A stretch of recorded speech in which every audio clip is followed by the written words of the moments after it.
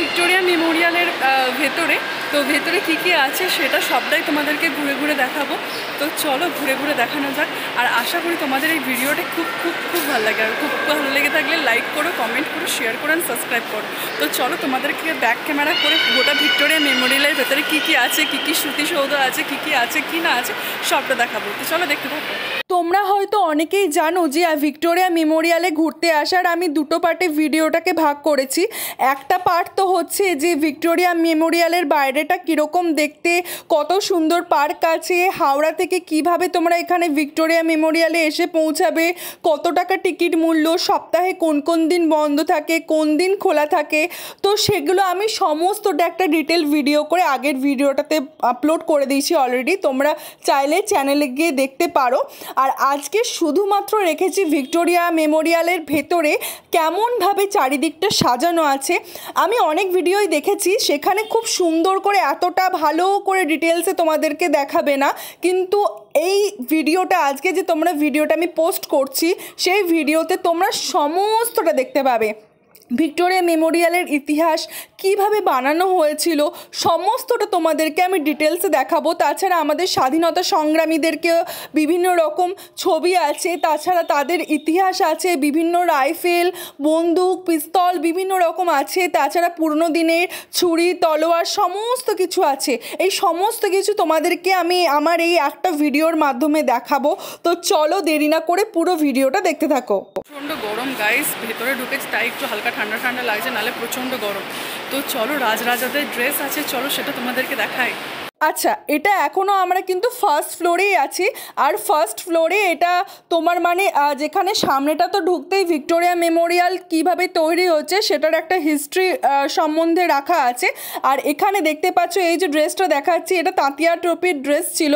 আর কত সুন্দর দেখতে, দেখো এত সুন্দরভাবে জিনিসটাকে সংরক্ষণ করে রেখেছে, মানে না দেখলে মানে তুমি বিশ্বাসই করতে পারবে না। এত কাছ থেকে পুরনো দিনের মানুষ তারা এই সমস্ত পোশাক ব্যবহার করতো, এটা ভেবেই কতটা ভালো লাগছে যে আমাদের তখনকার দিনে এরকম রাজারা এরকমভাবে ড্রেস আপ করতো।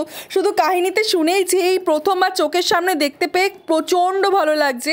আর এখানে দেখতেই পাচ্ছ কত রকমের ছবি আছে, আর এত সুন্দরভাবেই সমস্ত কিছু এত সুন্দরভাবে প্রিজার্ভ করেছে যে কিছু বলার নেই। আর প্রত্যেকটাই দেখো কোণে কোণে এক একটা করে স্ট্যান্ড ফ্যান লাগিয়ে দিয়েছে, এত পরিমাণে গরম যে ধারণার বাইরে। যাই হোক, তো এখানে একটা ভিক্টোরিয়া মেমোরিয়ালের ছোট্ট করে একটা রেপ্লিকা রাখা ছিল, তো ভাই ওটা দাঁড়িয়ে দাঁড়িয়ে দেখছিল। আর এই পিকচারটা দেখো গাইস, কতটা বড়, হিউজ অ্যামাউন্টের বড়। দেখতেই পাচ্ছ এই পিকচারগুলো সামনে দাঁড়িয়ে লোকে ছবি তুলছে। এই পিকচারগুলো তুলনামূলক ছোট। আর এটা দেখো একটা ছোট্ট পাড়া নৌকা বা একটা জাহাজ যেটা বলবে, পালতোলা যেটা হতো আগেকার দিনে, কত সুন্দরভাবে বানানো আছে। তো প্রত্যেকটা জিনিস আমি চেষ্টা করেছি ছোট থেকে ছোট, বড় থেকে বড় যাই হোক না কেন সমস্ত কিছু তোমাদের জন্য ক্যাপচার করার। তো আমরা এখন পরের রুমে চলে এসেছি। আর পরের রুমে এসে দেখো এই রুমটাও একটা হিউজ অ্যামাউন্টের বড়, আর কত সুন্দর দেখতে লাগছে। নিচ থেকে ওপর অবধি পুরোটা সাদা মার্বেলের কাজ আছে, আর এত সুন্দর দেখতে লাগছে। আর এই রুমটা না অসম্ভবভাবে প্রচণ্ড রকমভাবে ঠান্ডা, বাইরে এত গরম আর ভেতরটা এতটা ঠান্ডা যে ধারণাই করা যাবে না। তো চলো তোমাদেরকে এটা একটা ক্লোজ আপ শট দিই। তো চলো ভিডিওটা দেখতে থাকো।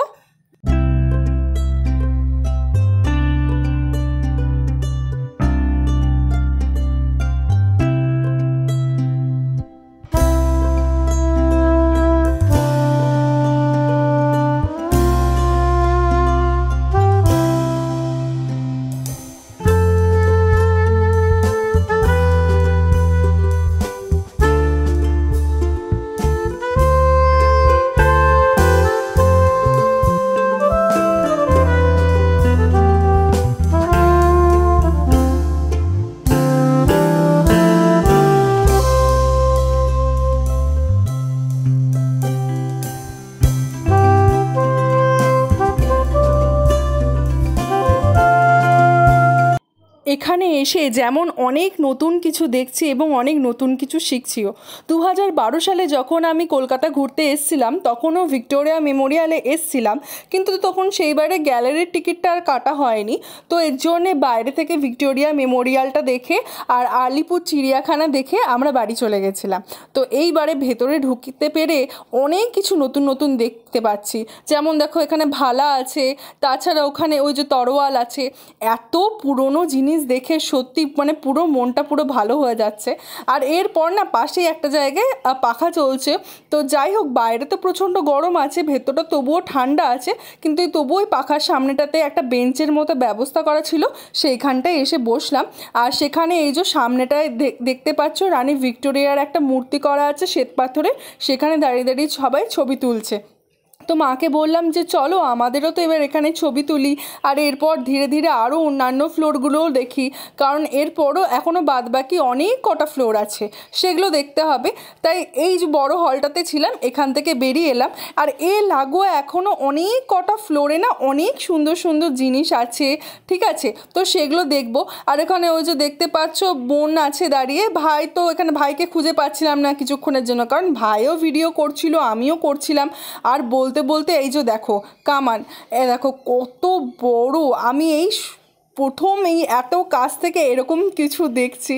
তো এত দেখতে ভালো লাগছে, দুদিকে দুটো রাখা আছে, আর সাইডে সাইডে এই বক্সের মধ্যে কত রকমের তলোয়ার রাখা আছে। চলো তোমাদেরকে দেখাই, এগুলো কি সুন্দরভাবে সাজিয়ে গুছিয়ে রেখেছে, ওপর থেকে কাঁচের বক্স করে দিয়েছে যাতে কেউ হাত দিতে না পারে। আর এখানে এই যে দেখো কত পুরনো দিনের রাইফেল রাখা আছে, কত পুরনো, ভাবা যাচ্ছে তখনকার দিনে মানুষরা এই সমস্ত জিনিসগুলোকে ব্যবহার করতো, সেগুলোকে কি সুন্দরভাবেই না সংরক্ষণ করে রেখেছে। তো চলো আবার দেখতে থাকো ভিডিওটা। আর ভিডিওটি তোমাদের যদি ভালো লেগে থাকে তাহলে লাইক করো, কমেন্ট করো, শেয়ার করো অ্যান্ড সাবস্ক্রাইব করো। আমি তোমাদের জন্য এতটা করছি, তো প্লিজ তোমরাও আমাকে একটু সাবস্ক্রাইব করে একটু আমাকে সাপোর্ট করো, কারণ তোমাদের সাপোর্ট ছাড়া এই জিনিসটাকে এগিয়ে নিয়ে যাওয়া কোনো মতেই সম্ভব নয়। তো চলো ভিডিওটা দেখতে থাকো।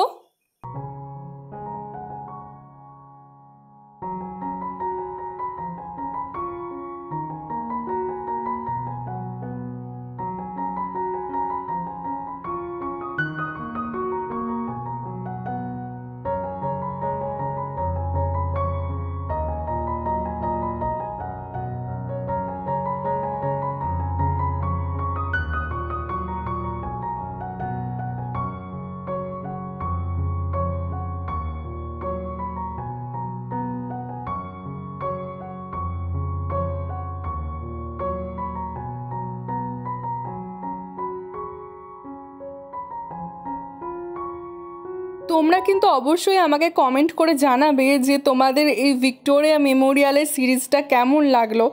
জানি তোমরা ভিক্টোরিয়া মেমোরিয়ালের ভিডিও এর আগে ইউটিউবে অনেকবারই হয়তো দেখেছো, কিন্তু আমি চেষ্টা করেছি তোমাদের জন্য প্রত্যেকটা জায়গা খুব সুন্দরভাবে তোলার, প্রত্যেকটা জিনিস একদম সুন্দর করে একদম কাছ থেকে দেখানোর।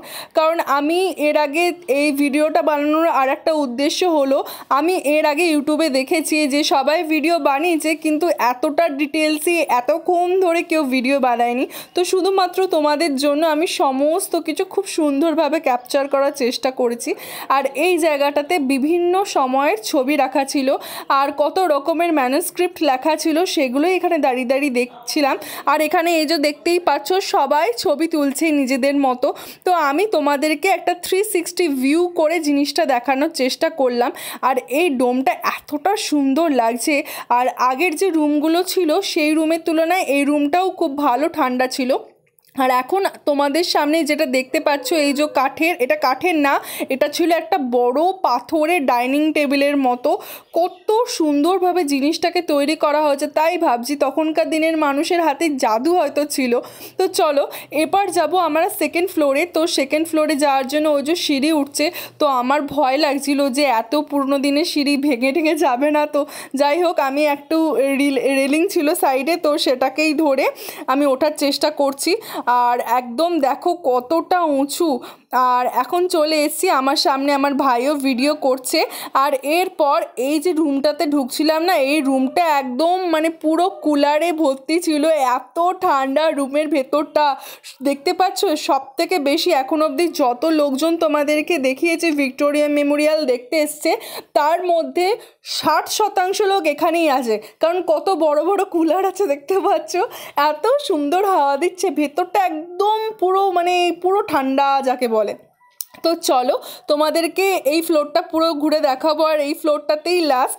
আর এই ফ্লোরটাতে কত কিছু দেখানোর আছে, কত কিছু জানার আছে। তো দাঁড়িয়ে দাঁড়িয়ে এখানে স্বাধীনতা সংগ্রামীদের ছবি দেওয়া আছে, ওই যে সুভাষচন্দ্র বসু থেকে শুরু করে বিভিন্ন স্বাধীনতা সংগ্রামীদের আমাদের ছবি দেওয়া আছে। আর এখানে প্রচুর না রাইফেলও রাখা আছে, পিস্তল রাখা আছে, চলো তোমাদেরকে দেখাই। আর ওখানে ওই যে দূরে বুলেটও রাখা আছে, যে কোন রাইফেল থেকে কোনটা ফায়ার করা হতো বা কোন রাইফেলের জন্য কোনটা অ্যাপ্রোপ্রিয়েট, সেগুলো সমস্ত কিছু রাখা আছে। আর এই জায়গাটায় দাঁড়িয়ে দাঁড়িয়ে দেখছি অনেকেই ভিডিও ছবি করছে, তাই আমিও ভাবলাম তোমাদের জন্য একটু ভিডিও বা একটু ছবিটা তুলে নিই। আর এই জায়গাটায় এসে না আমরা একটু ছাড়াছাড়ি হয়ে গেছিলাম, আমি এসছিলাম আর ভাইও এসছিল, আর মা আর 2 বোন তখন ওরা নিচে ছিল। তো ওদেরকে ডাকার পর ওরা প্রথমে আসতে চাইছিল না, ওরা একটু পরে এসছিল।